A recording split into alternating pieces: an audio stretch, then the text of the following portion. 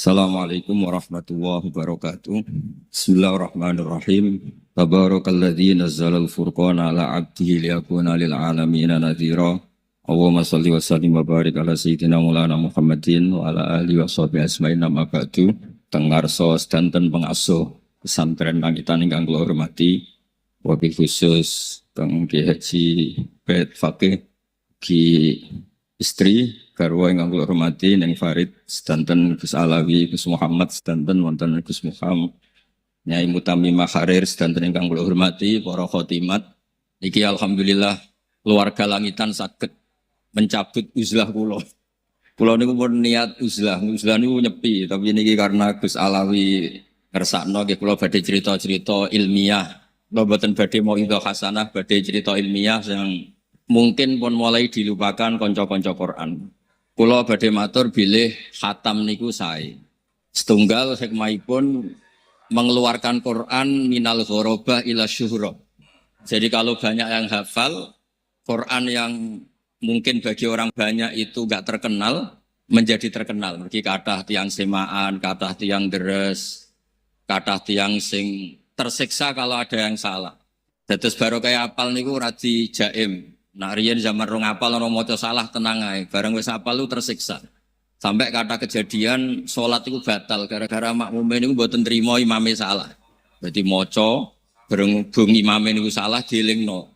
Dielingno ora ngandel terus nek ora percaya delok Quran ya. Akhire nggih batal wong ngomong. Terus cerita-cerita tentang tahfidz kula wau matur Gus Alawi niku cerita-cerita seputar Quran. Dados riyen kula cerita betapa sulitnya sahabat mengumpulkan Quran. Dulu itu pernah ada 2 ayat yang wawunya itu agak-agak kelihatan hilang. Ngene iku tenggene ayat laqad taballahu 'alan nabi wal muhajirina wal ansori. Lah niku setelah itu tuh wawunya agak burem. Apa enggak ada wawu? Niki kula cerita kangelane sahabat ngempalaken Quran. Kemudian kalau dibaca pakai wawu berarti menjadi Allah itu memberi tobat, memaklumi, maksudnya memberi tobat itu maklumi terhadap Nabi wal muhajirin wal ansor, terus dan mereka. Ada kata dan karena wawu. Atau di ayat itu tidak usah wawu. Jadi alladzina taba'uhu fi sa'atil usrah itu sifat atau penjelas dari orang-orang ansor itu siapa? Orang-orang yang mengikuti Nabi di masa sulit. Begitu juga tenggene ayat was-sabiqunal awwaluna minal muhajirin wal ansor walladzina taba'uhum bi ihsan. Orang baik itu 1 orang muhajirin, nomor 2 orang ansor. Lalu selesai, kalau wawunya hilang berarti dan yang mengikuti mereka. Apa orang ansor itu mereka yang mengikuti muhajirin. Kalau baleni malih ya. Was-sabiqunal awwalun minal muhajirin 1 kelompok nggih, wal ansor kelompok kedua. Sekarang kan sudah jadi dibakukan walladzina taba'uhum bi ihsan berarti kelompok ketiga. Lah riyen era Sayyidina Umar wawune ora diburem. Akhirnya konsensus semua sahabat ditimbali dan mereka enggak berani menjawab karena ada yang mungkin tidak nekuni itu. Sing nekuni jenenge Ubay bin Ka'ab. Terus beliau ngendikan itu ada wawunya. Berarti ada 3 kelompok, orang muhajirin, orang ansor walladzina taba'uhum bi ihsan. Ketika Ubay ditanya, buktinya apa kalau itu ada wawu? Terus beliau menjawab, di surat Jum'ah itu ada 3 kelompok. Yaitu kelompok yang menangi Nabi, berarti muhajirin dan ansor. Terus ada kelompok ketiga disebut wa akharina minhum lamma yalhaqu bihim. Dan beberapa kelompok yang tidak menangi kanjeng Nabi. Itu jelas pakai wawu berarti walladzina taba'uhum bisa. Kemudian kita sebut tabi'in wa tabi'i tabi'in wa tabi'i tabi'ini ila yaumil qiyamah. Terus yang kita hafal sekarang itu dari jerih payah Jam'u Abi Bakrin. Terus Quran riyen itu berserakan di dalamnya Sayyidah Hafsah. Kemudian oleh Abu Bakar dikumpulkan. Baru pembakuannya era Utsman radhiyallahu anhu sehingga disebut dengan istilah Rasem Nopo Utsman. Ini penting kalau terangaken teng konco-konco khotimat. Kenapa harus dikatakan Rasem Utsmani? Riyen Sayyidina Utsman itu menangi futuhat ya, menangi futuhat teng Azerbaijan. Azerbaijan itu wilayah dekat-dekat Soviet. Niku orang itu baca sesuai lahjah. Lahjah niku gaya bahasa. Jadi sing muni sin niku kon muni sot ya ora iso, sing muni sot kon muni sin ra iso. Sementara bahasa Arab niku baku. Baku itu sing maknane jembarno niku bahasa to bisin. Bahasa to yapsu itu bisin. Tapi kenangane tiang-tiang niku koyok sot. Lasta alaihim bimusaitir. Sing maknane nguasai itu bisin, bimusaitir. Tapi kira ae Asim meriwayati Hafiz niku bimusaitir bisa. Nah niku akhirnya jadi perdebatan. Terus perdebatan yang mengharuskan harus dibakukan. Niki kalau kepengen kersane konco-konco hafidhah belajar malih teng Gus Alawi napa teng Gus Hadi kersane ngertos sisi lughatul Quran. Mergi kathah ulama kados Imam Sibawayh, kados ulama-ulama ahli lughat, kados Ibnu Malik. Ibnu Malik nak maos Quran ing mboten maos maknane. Maos misale ya ayyuhalladzina amanu mayyartadda minkum an dini. Man itu huruf jazim karena yang dijazimkan tuh fi'il mudhoaf boleh yartadda pakai idgham, tapi terusannya sebagian ayat wa may yartadid minkum an dini berarti fakul idgham. Jadi kalau kekaguman model ahli nahwu itu betapa Quran itu mengadopsi semua lughat yang jalan di Arab. Karena secara kaidah nahwu jazmin wa syibhil jazmi takhirun kufi. Jadi orang boleh bilang lam yamudda, boleh bilang lam yamdud. Boleh bilang muda, boleh bilang umdud. Berarti boleh mayar tada, boleh bilang mayar tadid. Karena itu keahlian yang menjadikan mereka kagum. Hadal Quran maliyun bil Arabiyah. Ini Quran luar biasa bahasa Arabnya. Semua potensi lughat dipakai. Jadi pengagum Quran itu macam-macam. Wonten tiyang malih sing mun kang mboten usah kang malah bingung nek bed mriki mawon salam niki. Niki ra bid'ah niki wong ngaji disukani pun kersane ten mriki. Nggih kula cerita nak khatam itu penting didres niku pun lazim. Kula badhe cerita ilmiah mawon. Karena niku wilayah sing kula tekuni. Wonten ulama Imam Amudi niku sing dikagumi Syekh Mahfud At-Tunusi babae garwane Gus Alawi. Imam Amudi niku maos amkhuliku min ghairi syai'in. Mosok bumi sing wujud, langit sing wujud kemudian diciptakan oleh ketiadaan. Mesti hadhil maujudat mesti khalaqaha maujudun. Jenenge barang ono sing gawe mesti ono. Mosok barang ono, kemudian penciptanya sesuatu yang tidak ada. Niku disimpulna saking ayat amkhuliku min ghairi syai'in. Karena Imam Amudi gadah sanad riyen Jubair bin Mut'im niku sahabat sing riyen pinter-pintere wong Arab. Niku masuk Islam mergi pas negosiasi perang Badar Asra Badrin, piyambake datang sebagai negosiator untuk membebaskan Asra Badrin tawangan Badar. Delalah Kanjeng Nabi pas maos surat At-Tur, Wat-Tur wa kitabim mastur fi rabbim mansur, saterusé sampai wonten ayat am khuliqu min ghairi syai'in. Niku jawabe Jubair bin Mut'im, apa yang dibaca Muhammad itu tidak menyisakan akalku sama sekali. Akalku harus tunduk. Karena kalau hadhil maujudat, ini alam ini maujud, masa diciptakan ketiadaan. Bagaimana al-adam yakhluqu maujudan, suatu yang enggak ada kemudian menciptakan yang ada. Niku dadosaken Imam Amudi wa min karomatihi ini sing diceritakno Syekh Mahfud At-Turmusi. Kalau wingi sini Gus Muhammad kan maca At-Tarmasi, pokoke niku nak teng sarang bae Gus Alwi niku ngendikan ajamin fasna bi masita. Mulane ana Turmudi, Tirmidzi, Tarmidzi, Ustukhri, Istokhri sembola sakete. Ya sing sakake Mbah Fadl As-Senori dadi nopo? Sinoiri wong bahasa Jawa dielal iki pusing tenan. Imam Amudi niku kramate niki sing diceritakno Syekh Mahfud At-Turmusi. Niku kan mulang malaikat, kan mulang tauhid, mulang matematika. Niku lho bolak-balik ceritane. Ditang malaikat niku didhawuhi ngeten mbek pengen. Kon ngaji tauhid ambek Imam Amudi. Lah Imam Amudi niku sinten Gusti? Guru matematika. Imam Amudi itu guru matematika. Terus dikenerangaken bagaimana Anda yang manusia teng bumi kok ruwet. Dandutan yo ono semacam-macam ono. Kok iso roh pangeran tenanan niku piye? Terus Imam Amudi nulis angka 1, 2, 3. Badhe niku nulis angka 1 juta, 1 miliar. Pokoknya nulis ngawur mawon nulis. Terus beliau ngendikan entah itu 2 atau 3 atau 1 miliar itu binisbat ilal wahid, itu nisbatul far'i ilal asli. Cek angka cek loro, cek telu, cek sak miliar dibandingkan angka 1 itu nisbatul far'i ilal asli. Kabeh mau cabang dari angka 1. Makanya fadhil maujudat asluha wahid. Ngene ku Allah taala. Jadi aku roh pangeran ora usah koyo kowe malaikat ngenteni nggawa aras dadi panitia kiamat lagi roh pangeran itu dadi akhirnya itu diakuni betapa barokah matematika. Tak seberapa banyaknya niku binisbat ilal wahid kabeh niku cabang. Nisbatul far'i ilal napa asli. Niku dalile saking amkhuliku min ghairi syai'in. Masa donya sing koyok maujudat ngeten iki dimulai tanpa sesuatu sing wujud. Terus tiang nekuni Quran macam-macam. Wonten sing nekuni kados santri-santri sing kapayu rabi. Iki donga mahabbah. Ono santri sing ra duwe dhuwit, waqiah donga nekakno dhuwit. Lan niku sing mulai kacau nih. Quran dados jimat.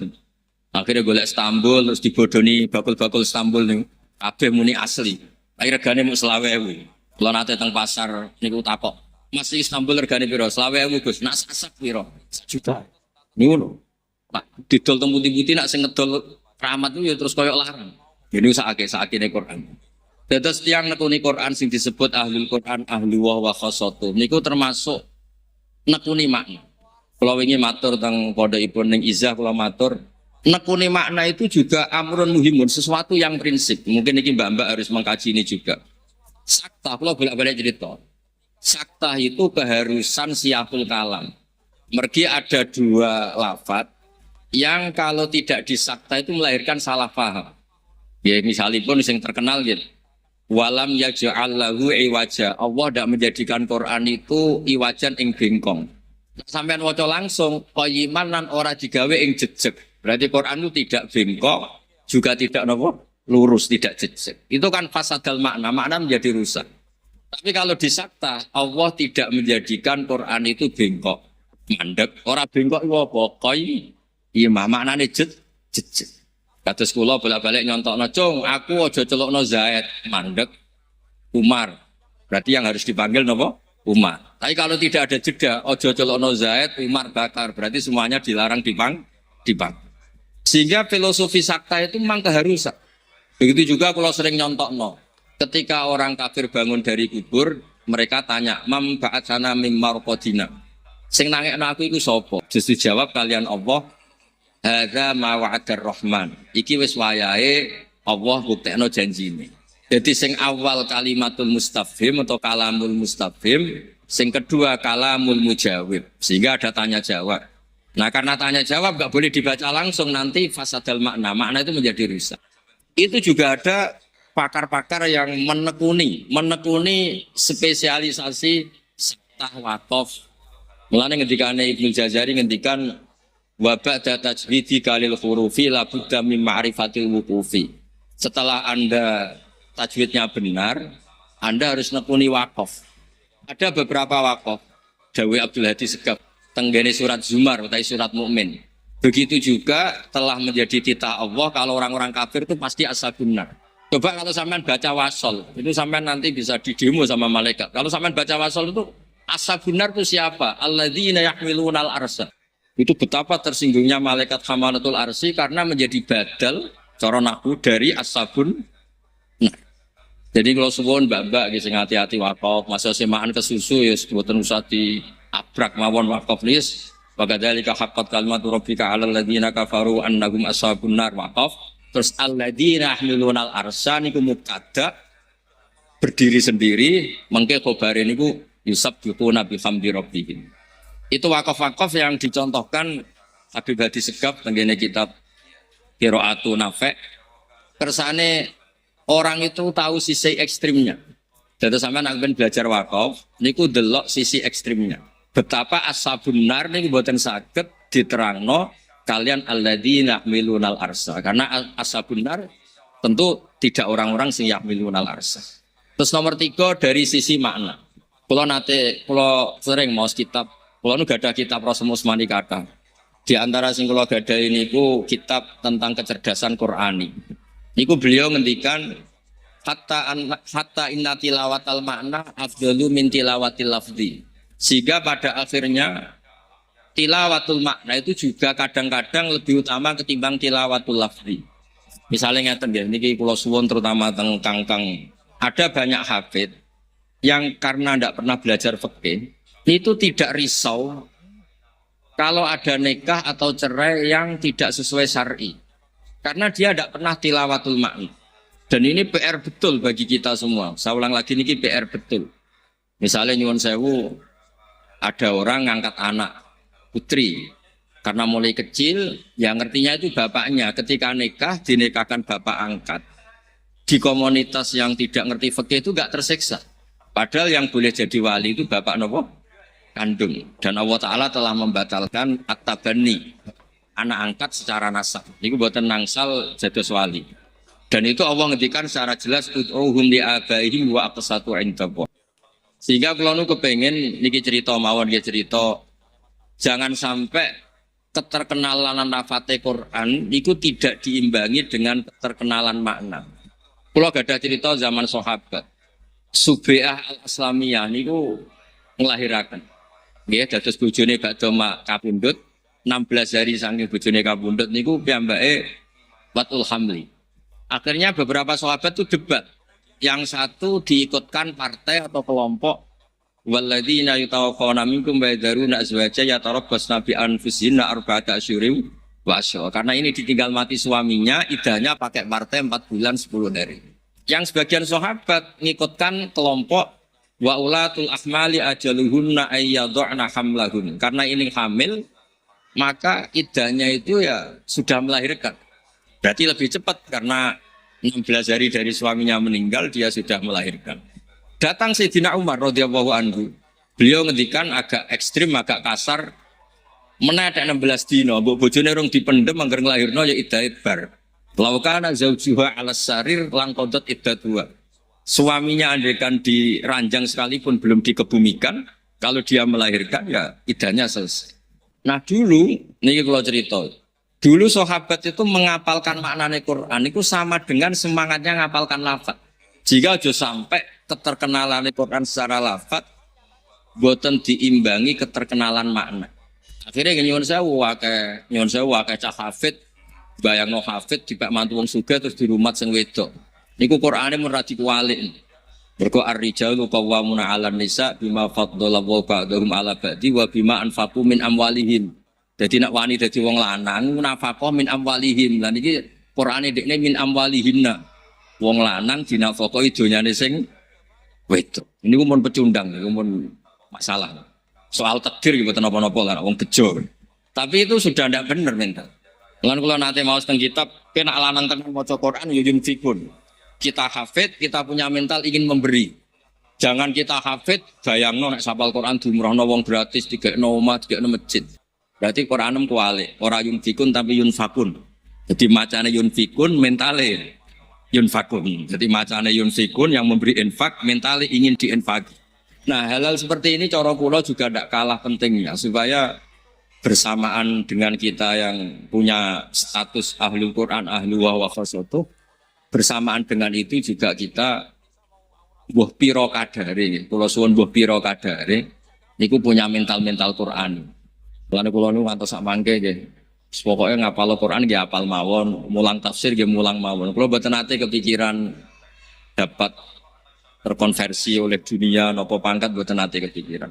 Karena ketika Allah Ta'ala mensifati para rasul yang notabene itu adalah orang sing balagha anillah risalata wa ahkama, orang yang menyampaikan risalahnya Allah, ternyata Allah nyifati rasul kadang niku ya qaumit tabi'ul mursalin. Secara definisi rasul itu orang yang diutus Allah untuk menyampaikan hukum. Tapi di surat Yasin itu rasul disifati apa? Ittabi'u man la yas'alukum napa? Ajr. Ya rasul itu wong sing ora seneng dhuwit, sing ora seneng opak. Semua diulang-ulang la as'alukum alaihi ma la as'alukum alaihi ajra. Saya ini enggak minta upah, saya enggak minta harta. Ini penting kalau aturakan karena kalau teman-teman khotimat ini sudah mulai suka uang, nanti pondok yang menjanjikan apal Quran diumrohno, ambek pondok sing apal Quran, nek Quran malah diancam dirabekno cah dalem niki laris sing diumrohno. Apal wis kangelan bareng apal dintokno cah ireng kan malah beban. Kadang-kadang pondok salaf wis terlalu anjen, kadang-kadang apal wis kangelan, nek apal dirabekno cah dalem, ireng pisan bagian dapur. Sementara yang di sana nak apal dijanjeni nopo? Umroh. Ini kan terus langit bek bumi, cara sistem pemasaran itu terus perbandingannya langit bek bumi. Cara kula mboten usah ngoten Mas. Pokoke nek iswani dadi ahlul Quran niku kedah ikhlas. Wong ikhlas niku gampil dilatih. Kula nate maos sebuah hadis meskipun niku dhaif ya tapi dijalankan ulama. Man utiyal Qur'ana faro'a anna ghairahu utiya afdhala mimma utiya faqatis tasghara. Sebagian riwayat faqat haqqara ma'adzumahu. Orang dikasih Quran dan Quran itu spesial. Kemudian dia mengira ada orang lain yang lebih baik ketimbang dia. dikasih sesuatu yang lebih mulia timbang dia, maka dia menyepelekan apa yang dikasihkan Allah Subhanahu wa taala. Mulane kula niku nggih pede sak pede-pede niku. Mboten krana sombong. Kula niku misalnya hafal Quran, kok nganggep ana wong liya di bojo ayu terus kula nganggep kalah derajat mboten ngarep. Tetep mulya kula. Riyen bapak kula ana wong terkenal wali, wong hafal Quran dari bapak ijek wali aku. Kok saged, Pak? Lah kok hafal 6 ayat dadi wali aku hafal 30 juz. Mulane monggo nak bapak GR wali nggih monggo kula dukung. Tapi nak tasih mak kudu bener. Jadi itu mboten urusan sombong. Memang Nabi nyun sewu radi ngancam lah dengan ngendikan siapa yang dikasih Quran kemudian berpandangan bahwa orang lain punya sesuatu yang lebih mulia ketimbang dia, itu sama juga menyepelekan sesuatu yang begitu agung di mata Allah. Jadi hafal Quran itu kelima, paham Quran itu kelima. Sudah, jangan nganggap yang lain itu lebih besar. Bukan karena sombong, tapi kita menganggap yang terbaik, yang terbesar adalah Quran. Kalau gadah kitab sing disenengi Mbah Mun, Mbah Mun ngantos sepuh itu sik sinau Nurul Dolam kesalahan. Ngantos kula nak teng kamar iki sinaune nggih Nurul Dolam, Sarah Kidatul Awam. Wis suwenenge pol bangun bagi kitab Nurul Dolam karangane Nawawi. Teng mriku wonten hadis mugi-mugi bener. Pokoke diyakini bener mawon dawuh ulama. Mangqara al-Qur'ana fadzanna alla yaghfirallahu lah niku dia termasuk minal mustahziin. Bahwa minal mustahziin. Orang baca Quran kemudian dia tidak yakin kalau diampuni Allah. Dia ini dianggap ngenyek Quran. Artinya gini, sak gede-gedene dosa, sak gede-gedene salah. Iku jek keramat Quran. Wali-wali dia nak ngerayu dengan Allah Ta'ala nyata. Huwa ghafirun, huwa rahimun, huwa afi. Misalnya ana mudnibun, ana muftiun, ana asi. Huwa ghafirun, huwa rahimun, huwa afi. Qobal tuhunna salah satan bisalah satin wasat tagliban ausofuhu ausofi. Gusti, saya ini mufti, orang yang salah. Saya ini asin, orang yang sering maksiat. Saya ini adalah orang yang sering salah. Tapi engkau adalah afin, orang yang pengampun, zat yang pengampun. Engkau adalah Rahman Rahim. Terus kata wali ini, qobal tuhunna salah satan bisalah satin. Dia monggo Gusti. Engkau yang Tuhan, yang Rahman Rahim, yang Al-Afur Karim, punya sifat, monggo didu kalian kula. Mesti jenengan sebagai pemenangnya, wasatagliban ausofu ausofi. Mosok pangeran Usmini Ghafurur Rahim terima kalah dosane mbek kangkang mergo sering delok mbak-mbak. Kan ya ora lucu. Mosok sifat Ghafure Allah kalah mbek maksiate manusia. Meskipun niku ngendikane orang-orang yang lagi jagab niku mboten penting. Sing penting dawuh Nawawi Banten niku mangqara al-Qur'ana fadzanna alla yaghfirallahu lah niku fahuwa minal mustahziin. Terus kula suwun supaya nopo nggih kula niku kan sering trauma. Kula kan urip lami teng Jogja ngantos sak mangke sering teng Jogja. Jutaan mungkin ribuan ya mesti. Alumni pondok nggih boten langitan, boten sarang, boten pondok putih mawon. Rata-rata niku ora sopan. Wis hafal Quran, orang rasa pinter. Tahu ngaji takrib orang rasa pinter. Akhirnya rawani dakwah. Sementara iki hafal Quran ya ora tahu mondok, ora tahu ngaji hadis, dakwah pedene ra karuan. Jadi tawadhu Anda ini sudah menjadikan kita kehilangan stok dai. Pidato rawani. Majelis taklim rawani, sing ra iso ngaji wani. Alasannya tawadhu. Terus dari fakta niku kula risau lah terhadap teori tawadhu. Teori bab ini loh, di bab ini. Pergi akhirnya kan kecolongan orang yang harusnya ahli Quran, khatam, diwisuda, ono lesensine, orang wani tampil. Sengkono lagi seneng-seneng Quran lagi 2 minggu, 3 minggu tampil dalil lagi. Itu juga kita ikut salah. Mulai ini zaman bapak, nak kula mboten pati wani mulang dewe bapak. Iku tawaduk ora tanggung jawab sih. Jadi kalau ada orang betul Quran kemudian tidak berani tampil, bapak betul istilahno tawaduk tapi betul tanggung jawab. Terus kalau suwun bapak sing mun khatam. Wis ketokno nak. Anda ahli Quran, Anda sudah punya sesuatu yang terbaik. Jadi ora usah kesusu rabi wis punya sesuatu yang nopo? Terbaik. Kok di bojo elek tenang ae wis duwe sesuatu yang terbaik gini kurmane nopo hafal Quran. Terus kalau suwun niki ingkang terakhir kalau cerita ilmiah riyen Imam Hafiz ngaos Imam Asim niku 35 tahun.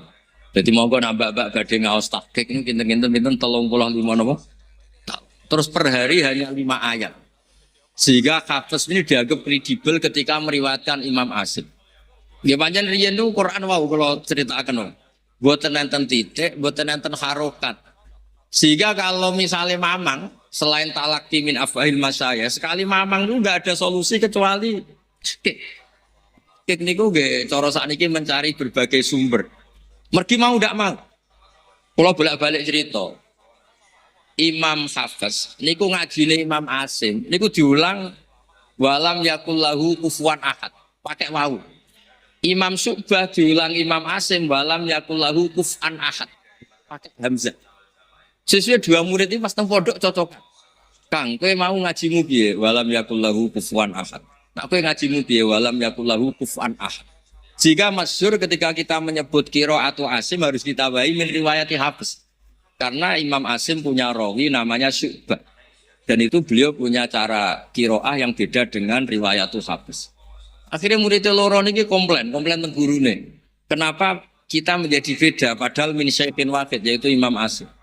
Masyhur itu terus Imam Asim jawab Aqra'tu kaya Syu'bah alama aqra'ani Zirun bin Qubais an Abdullah bin Mas'ud.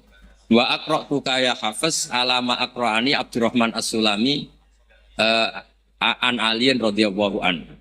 Akhirnya diketahui sanate Asim berarti Syu'bah an Asim an Zirin bin Qubais an Abdullah bin Mas'ud. Nah, sanad kita berarti Hafiz an Asim an Abi Abdurrahman As-Sulami saking Utsman, saking Sidina Ali, saking beberapa sahabat. Nah, kenapa ini yang menjadi qiraah masyhurah? Karena Sayyidina Ali manggen teng Kufah. Ini perlu dicatat. Ibnu Katsir itu qari'un makkiyun. Harusnya Mekah itu lebih populer ketimbang Kufah. Karena wahyu itu turun di Mekah. Tapi memang semua sejarah sepakat.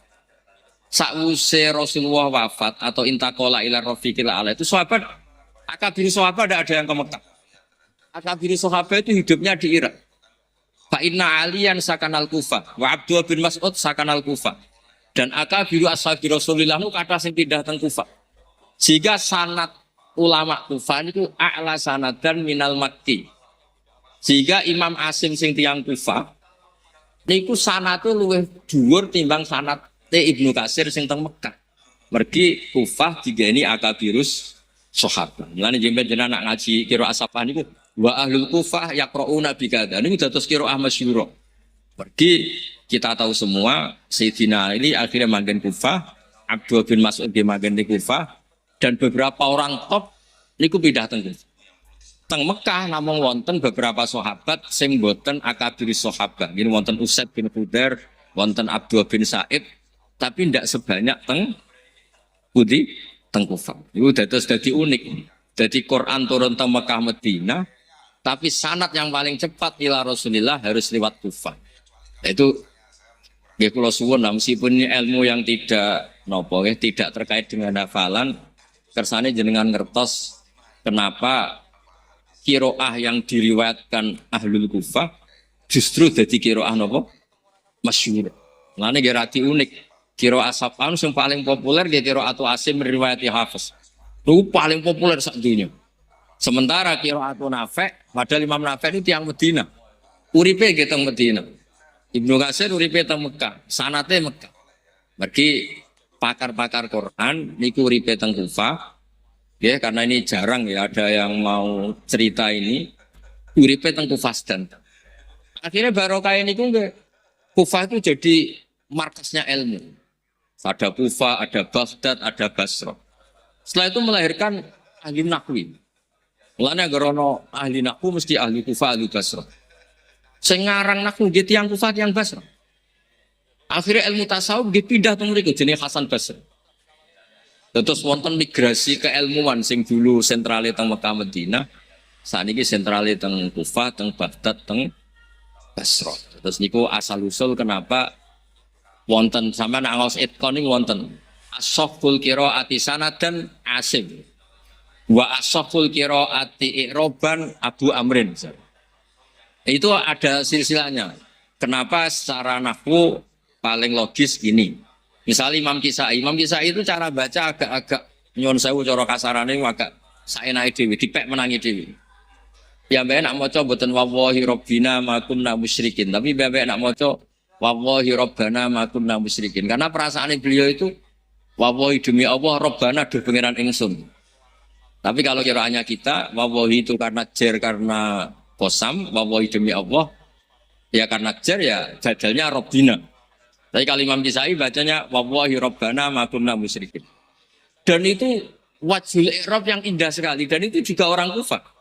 Jika orang Kufah itu urun pinten, wonten Imam Asim, wonten Imam Hamzah, wonten Imam Kisai. Jadi dari Sab'ah itu orang Kufah itu nyumbangkan 3 qurra.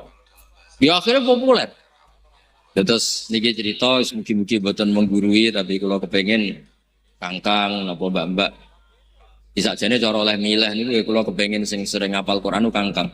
Tapi pengalaman kula dados kiai ini mbak-mbak 3 tahun 4 tahun khatam nak kangkang 7 tahun.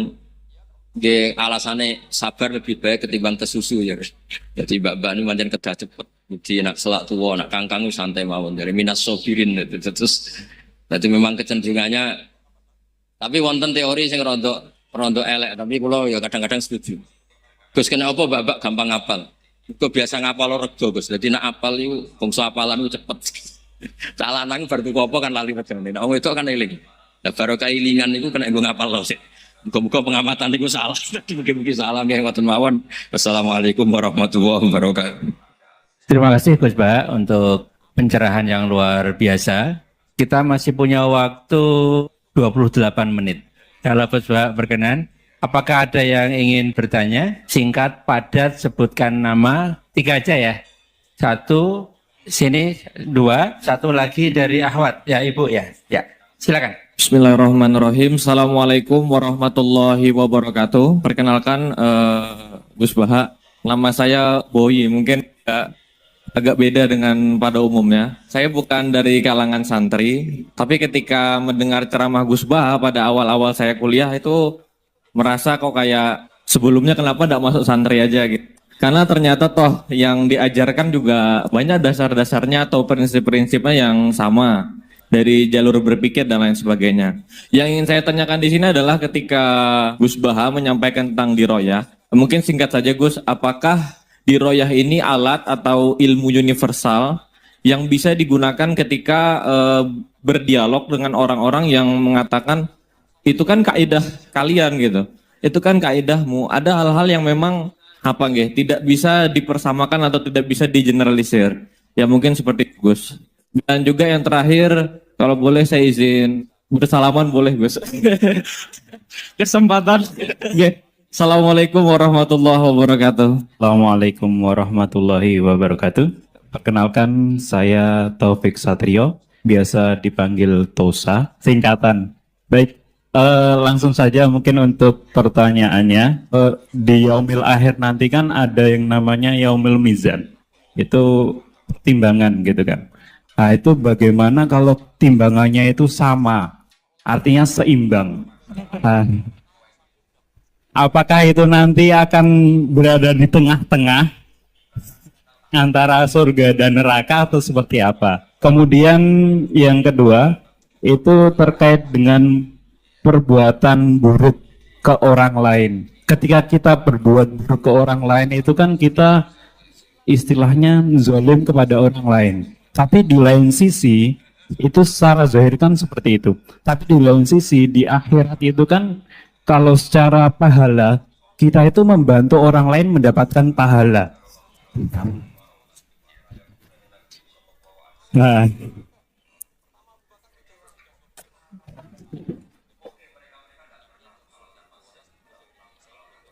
jadi seperti apa, Gus? Terima kasih. Assalamualaikum warahmatullahi wabarakatuh. Assalamualaikum warahmatullahi wabarakatuh. Perkenalkan saya Nazrul Hasanah. Mau bertanya, apakah perbedaan NU sama Muhammadiyah? Tadi kan dijabarkan. Terus dalam sholat subuh itu kan ada yang pakai doa kunut, ada yang enggak. Tolong jabarkan. Wassalamualaikum warahmatullahi wabarakatuh. Baik Gus, ini ada 3 penanya. Mas Boy tadi terkait dengan diroya, apakah ini universal, termasuk untuk yang non-muslim bahkan gitu kan. Kemudian yang kedua dari Mas Tosa, hisab yang seimbang Gus, kasusnya gimana ini. Yang kedua terkait dengan kalau berbuat buruk kan membuat pahala untuk yang bersangkutan itu. Seperti orang puasa dikasih minum gitu kan ya. Terus kemudian puasanya ini beda antara NU dan MU, kira-kira itu. Silakan saja. Bismillahirrahmanirrahim. Sebelum saya jawab, saya senang kalian semua senang dengan sesuatu yang taat itu. Banyak orang untuk senang nunggu maksiat dulu. Mungkin melihat perempuan yang tidak mahram, melihat sesuatu yang maksiat. Jadi ini spesial. Majelis ilmu tapi nopo senang. Ini sesuai rencana Tuhan lah. Seorang tuh senang dengan taat, senang dengan ilmu. Ini luar biasa, no? Luar biasa. Tadi pertanyaannya kalau diroya. Jadi Islam itu agama untuk logika objektif. Jadi diroya itu ya global, universal. Misalnya saya beri contoh Tuhan yang satu. Itu dulu, saya ulang lagi, dulu itu ada imam namanya Imam Amudi. Itu pengajar matematika, Mas Boy. Pengajar matematika. Itu kan nggak lazim, tapi kiai kok pengajar apa?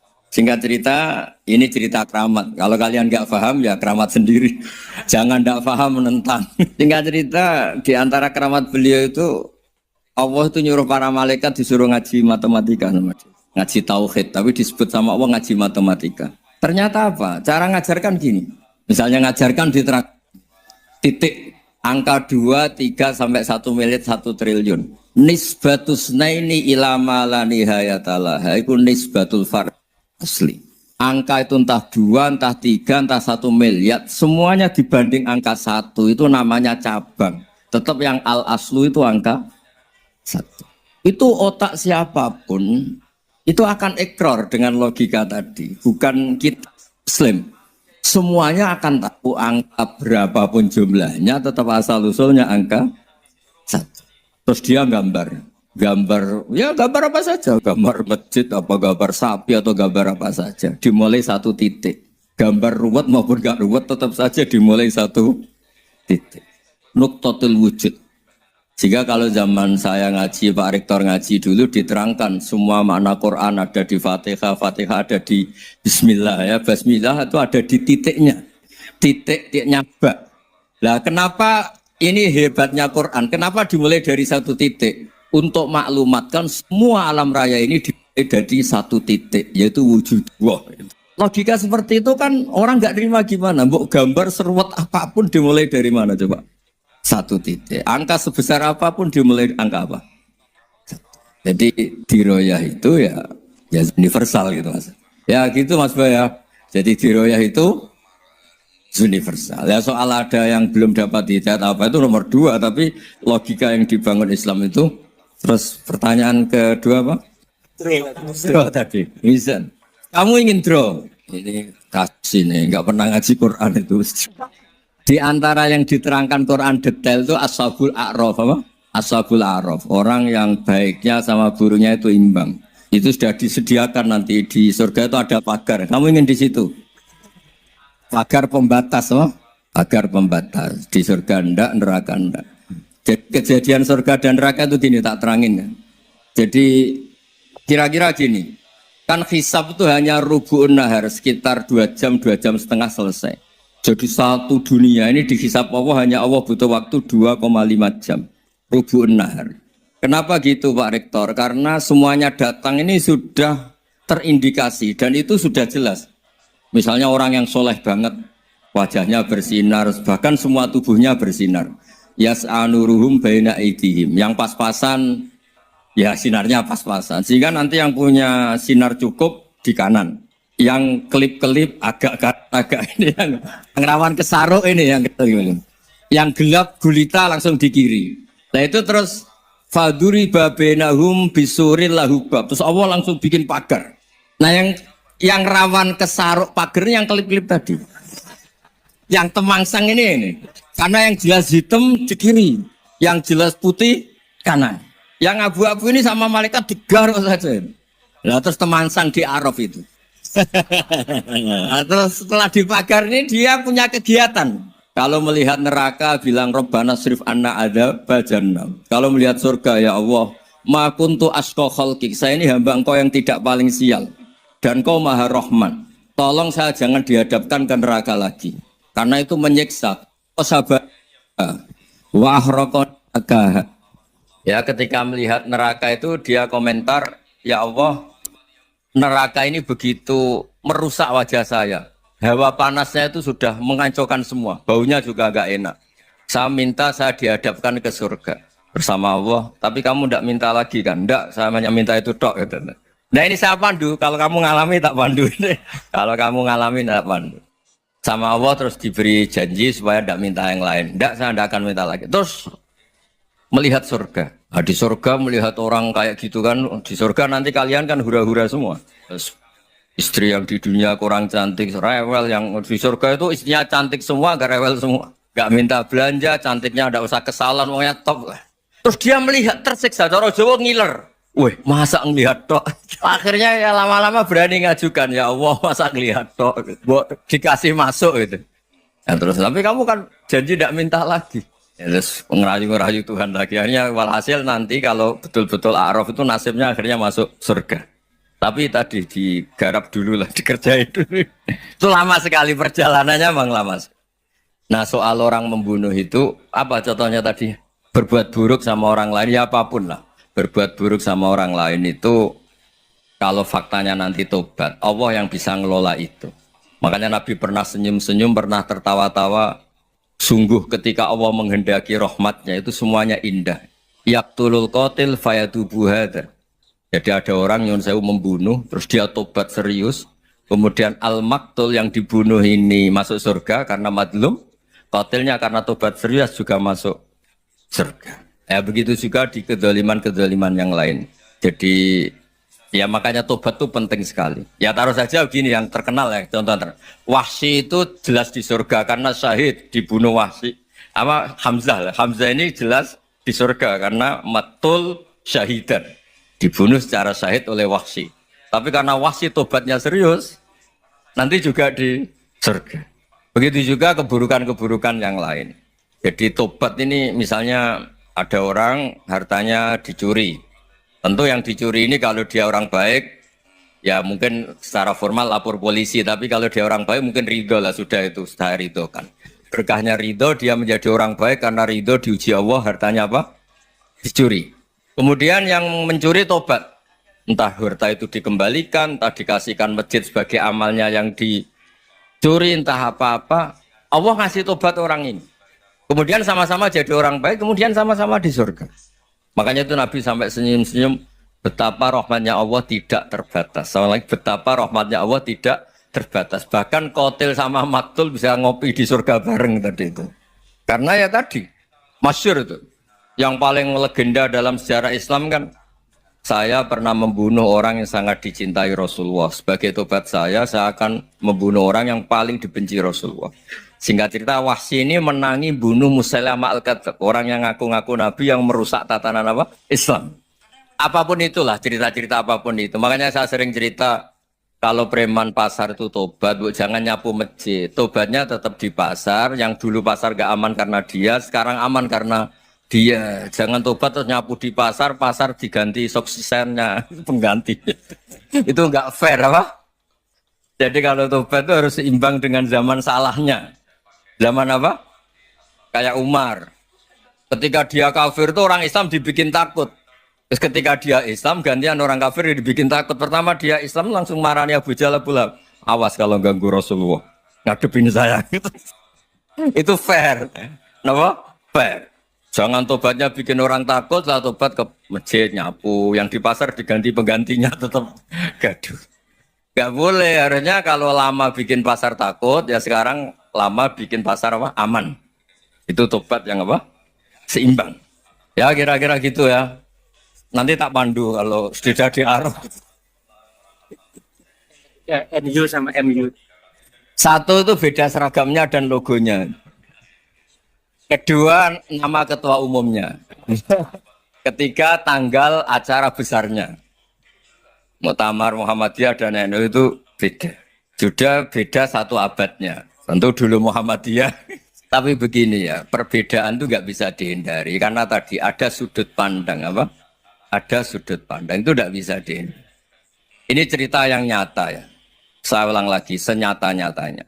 Andaikan betul Rasulullah itu hanya kunut 1-2 kali, maka kalau menurut mazhab Syafi'i, apa salahnya melakukan sunnah terus-menerus meskipun Nabi itu melakukan hanya beberapa kali?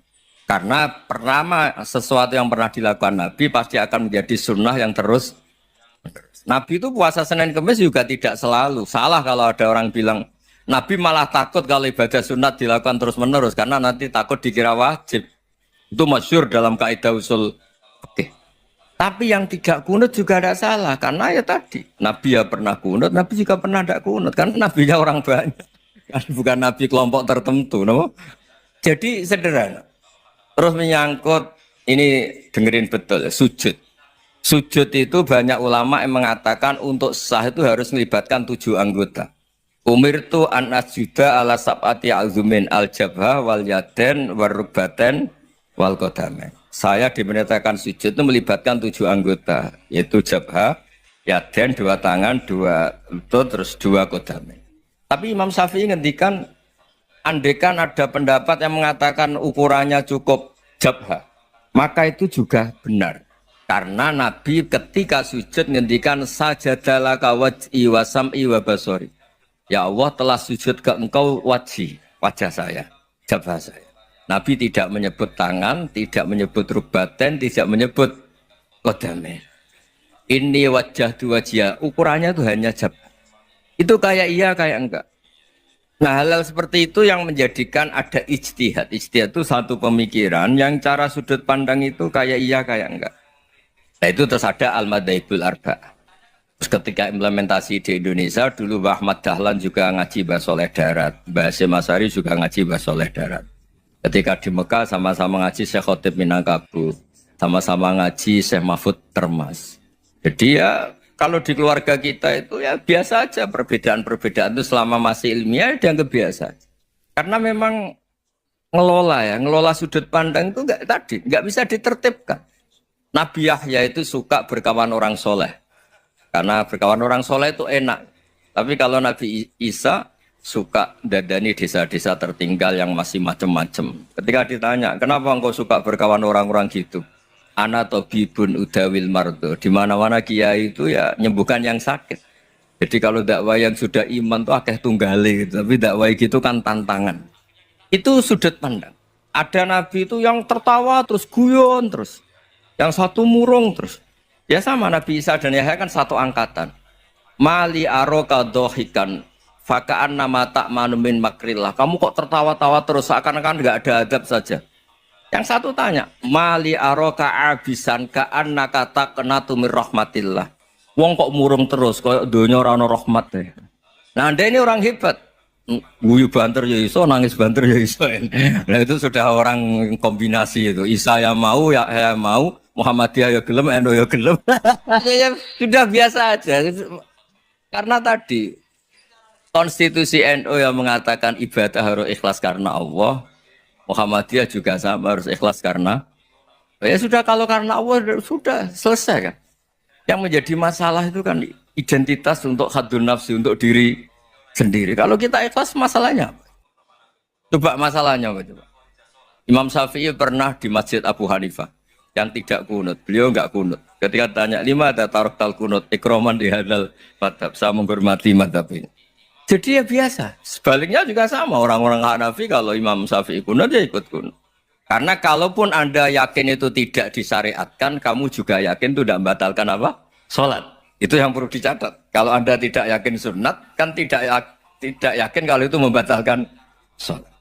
Jadi sebetulnya kalau dianalisis secara keilmuan itu ya semuanya normal. Karena tadi Rasulullah itu al-Bahrul Muhit, Nabi itu lautan yang luas sekali. Orang akan mengambil air sesuai kapasitas masing-masing. Dan akan merasakan kualitas air juga sesuai kapasitas masing-masing. Orang yang sangat haus melihat air seteguk ini luar biasa. Tapi yang tidak haus mungkin melihat itu biasa-biasa.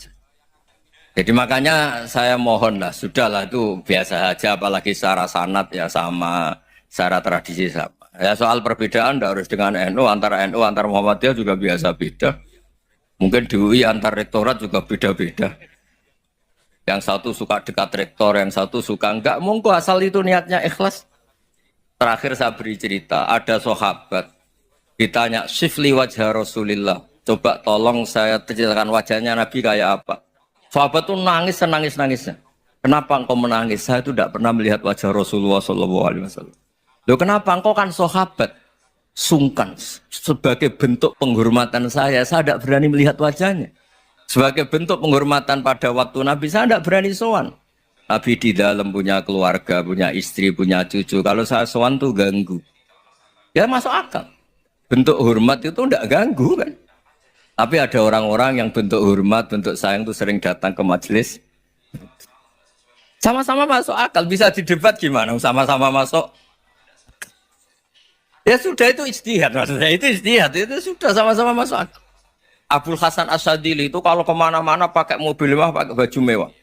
Ketika ditanya, Anda ini ulama kok pakaiannya mewah, mobilnya mewah. Dan uang ra kepikiran nyangoni ya. Tapi nak kowe tawaduk melas terus dibalik numbalmu sakit. Ngono ra iso mulai ya ini. Ya tapi misalnya semua gitu mesti ada yang salah paham, itu keangkuhan. Tapi kalau semuanya kelihatan gembel, nanti orang trauma jadi kiai. Takut kayak itu. Ya sudah, itu wilayah ijtihad, sudah tidak usah ya, pokoknya sudah, yang penting ikhlas. Anda berani tanggung jawab nanti ketika ketemu Allah Subhanahu wa taala. Nggih, ngoten. Assalamualaikum warahmatullahi wabarakatuh. Oke teman-teman, jadi itulah action ngaji kita bersama dengan Kiai Haji Bahuddin Nur Salim atau Gus Baha. Yang mana Gus Baha ngaji kali ini ada dua tema atau dua tempat guys teman-teman. Yang pertama ada di Ponpes Langitan Tuban, yaitu cara mudah menghafal Al-Quran dan maknanya. Kenapa perempuan lebih cepat hafal Al-Quran dibandingkan laki-laki? Ternyata inilah alasannya. Ya, dan ini merupakan reaction ngaji bersama dengan Gus Baha atau Kiai Haji Bahuddin Nur Salim. Pada reaction ngaji kali ini bersama dengan Gus Baha ini kita membahas beberapa hal mengenai Al-Quran. Di antara beberapa hal yang bisa kita catatkan antara lain adalah salah satu berkah khataman, yakni Al-Quran yang mungkin di sebagian orang terasa asing bisa menjadi lebih banyak dikenal. Kemudian cerita-cerita tentang Al-Quran, betapa sulitnya para sahabat Nabi mengumpulkan dan membukukan Al-Quran. Abu Bakar dan Umar bin Khattab masa pengumpulan mushaf Quran, sedangkan pembukuan yaitu pada masa Utsman bin Affan.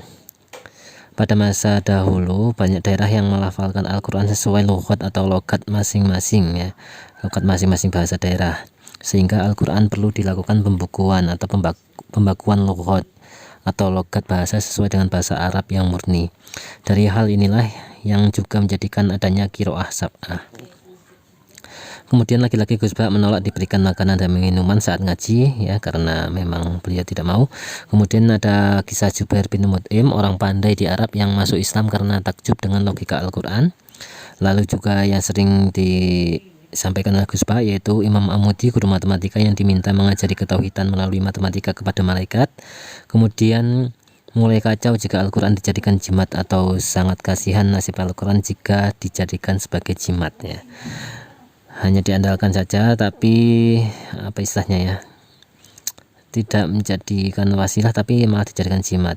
Tidak dibaca tapi hanya dijadikan penjaga rumah misalkan dan lain sebagainya. Ahli menekuni makna Al-Quran juga termasuk prinsip utama ilmu Al-Quran. Setelah Anda tajwidnya benar, maka Anda harus menekuni waqaf ya. Jadi waqaf itu setelah tajwidnya benar. Kemudian tilawatul makna kadang lebih utama daripada tilawatul lafaz. Ya, tadabbur itu lebih baik daripada tadarus. Kemudian pecundang bagi laki-laki yang mengharap diberi infak oleh istri atau orang lain. Kemudian mental Qur'ani adalah mental mandiri dan mental memberi, bukan mental menerima atau mendapat. Berani menjadi ahli Quran berarti berani ikhlas meskipun tidak dapat upah atau tidak dapat hadiah. Hafal Quran adalah anugerah takdir terbesar daripada hal lainnya. Itu sudah menjadi ketentuan, sudah hal yang harus patut disyukuri. Orang yang membaca Al-Quran kemudian tidak yakin diampuni Allah, maka dianggap menghina Al-Quran. Kemudian orang yang berilmu dan hafal Al-Quran harus berani berdakwah, karena jika hanya tawaduk itu menghilangkan kesempatan orang baik berdakwah, bahkan dianggap tidak bertanggung jawab pada ilmunya. Kemudian migrasi keilmuan dari Makkah ke Kufah sepeninggal Rasulullah Shallallahu Alaihi Wasallam. Kemudian kenapa perempuan itu lebih cepat hafal Al-Quran? Apakah karena terbiasa menghafal harga saat berbelanja? Ya, kita tidak tahu. Kemudian yang kedua yaitu Gus Baha menjawab pertanyaan lucu dari seorang ibu-ibu lugu tentang Muhammadiyah dan Nahdlatul Ulama. Kemudian bagaimana nasib orang yang timbangan dosa dan ibadahnya itu seimbang? Itu juga kemudian ada diroyah, apakah berlaku universal?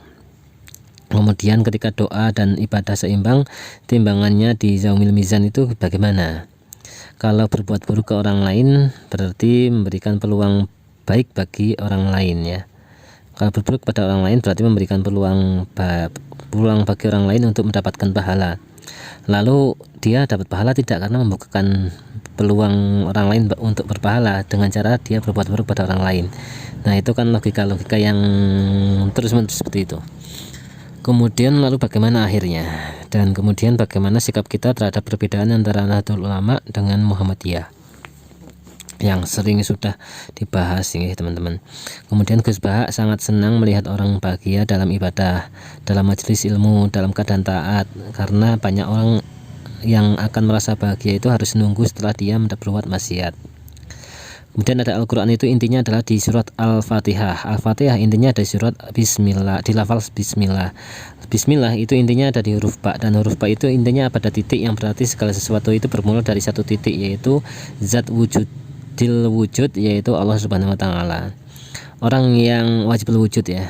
Kemudian orang yang baik dan buruknya itu seimbang, maka ia akan ada di pagar berbatas antara surga dan neraka. Disebut Ashabul A'raf. Kegiatannya melihat ke neraka, minta dialihkan pandangannya ke surga, dijanji tidak meminta apa-apa lagi kecuali hanya melihat surga.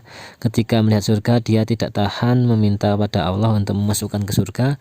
Akhirnya setelah dikerjain oleh Allah, maka orang ini akan mendapatkan keberkahan masuk surga.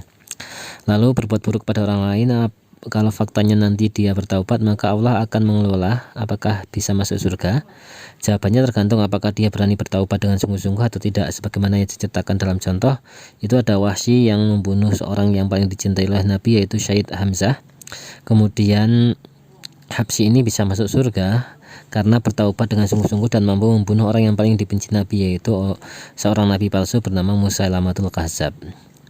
Kemudian diroyah atau ilmu analisis hadis berlaku secara universal sebagaimana ilmu hakikat, seperti lagi dicontohkan oleh Gus Baha, yaitu tentang Imam Amudi, guru tauhidnya para malaikat lewat jalur ilmu matematika. Kemudian taubatnya preman itu harus seimbang dengan zaman salahnya. Kalau sebagaimana Umar bin Khattab tadinya itu beliau kan masih kafir, banyak umat muslim ketakutan karena beliau. Lalu setelah beliau masuk Islam, maka gantian orang kafir yang ketakutan karena beliau. Itu yang seimbang. Kemudian antara perbedaan antara Muhammadiyah dengan Nahdlatul Ulama itu hanya terletak pada paradigma sudut pandang cara beribadahnya saja. Sebagaimana perbedaan Nabi Yahya dengan Nabi Isa. Lebih spesifiknya lagi adalah perbedaan antara Imam Malik dengan Imam Syafi'i. Perbedaan khusus antara Muhammadiyah dan Nahdlatul Ulama antara lain logo, warna, lambang, dan hari lahir, peringatan satu abad, dan tanggal muktamar. Sedangkan persamaannya jauh lebih banyak, hanya ijtihadnya saja yang berbeda.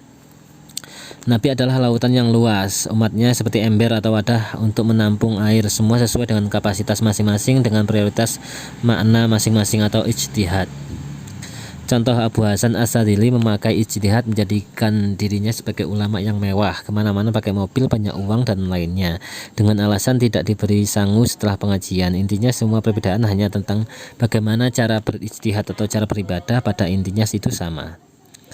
Kemudian itu saja teman-teman yang mungkin bisa kita catatkan sebagai rangkuman ngaji kita bersama dengan Gus Baha kali ini. Semoga menjadi ilmu yang manfaat dunia akhirat untuk kita semua, menjadi berkah bagi semuanya ya teman-teman, berkah bagi kita semua. Dan kita mungkin akan beri judul Gus Baha mental pengemis haram bagi para penghafal Al-Quran dan jawaban cerdas soal NU dan MU. Itu pengajian dari Gus Baha di Pementasan Langitan. Kemudian kita bahas tuntas alasan kenapa perempuan lebih cepat hafal Al-Quran dibandingkan laki-laki. Kemudian ada perbedaan antara MU dan Muhammadiyah, NU dan Muhammadiyah. Kemudian antara timbangan dosa yang seimbang, yaitu menjadi seorang Ashabul A'raf. Kemudian berkaitan dengan mentalitas yang harus dimiliki oleh seorang penghafal Al-Quran. Ya, itu tentunya ada juga sejarah mushaf, betapa sulitnya perjuangan Abu Bakar, Umar, dan Utsman yang mengumpulkan dan membukukan Al-Quran agar sesuai dengan dialek Lajnah Quraisy. Kemudian logikanya Quran itu berkaitan dengan Jubair bin Mut'im, kemudian ada Imam Amudi dan lain sebagainya. Kemudian mentalitas Quran ini teguran keras Gus Bahak bagi laki-laki penghafal Quran yang bermental pecundang atau mengharap infak dari orang lain, yang itu ahli Quran harus bermental memberi bukan meminta atau menerima. Kemudian alasan kocak kenapa wanita lebih cepat mudah hafal, dan beberapa hal lainnya. Ada filosofi bismillah, mengupas intisari Al-Fatihah yang mengerucut pada huruf ba dan titiknya yaitu simbol zat Allah Subhanahu wa taala. Kemudian ada konsep taubat tanasuha, yaitu yang dicantumkan oleh Wahsy, pembunuh paman Nabi yang kemudian masuk surga karena membunuh Musailamah al-Kadzab, dan tobatnya itu benar-benaran tobat ya teman-teman. Itu saja teman-teman, semoga kita senantiasa dalam keberkahannya. Kita doakan bersama semoga Gus Bahak senantiasa sehat, panjang umur, diberkahi rezeki yang berlimpah, diberkahi waktu, kesempatan untuk terus-menerus memberikan keilmuan-keilmuannya kepada kita semua, dan kita semua senantiasa bisa istiqomah ngaji bersama dengan Gus Bahak ya teman-teman. Amin ya rabbal alamin. Terima kasih. Mohon maaf banyak kesalahan. Wassalamualaikum warahmatullahi wabarakatuh.